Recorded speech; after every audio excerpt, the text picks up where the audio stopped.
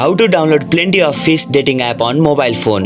Hi guys, it's Mekrant from Tech Basis. Today I'm gonna guide you how to download plenty of fish dating app on your mobile phone. Downloading plenty of fish dating app on your mobile phone is quite easy. First, make sure that your device is connected to stable internet. Once it is, let's start. Step 1. Open Google Play Store. Tap on the Google Play Store icon on your mobile device to open it. Step 2. Search for plenty of fish dating app. In the search bar at the top, type plenty of fish dating app and press enter or search.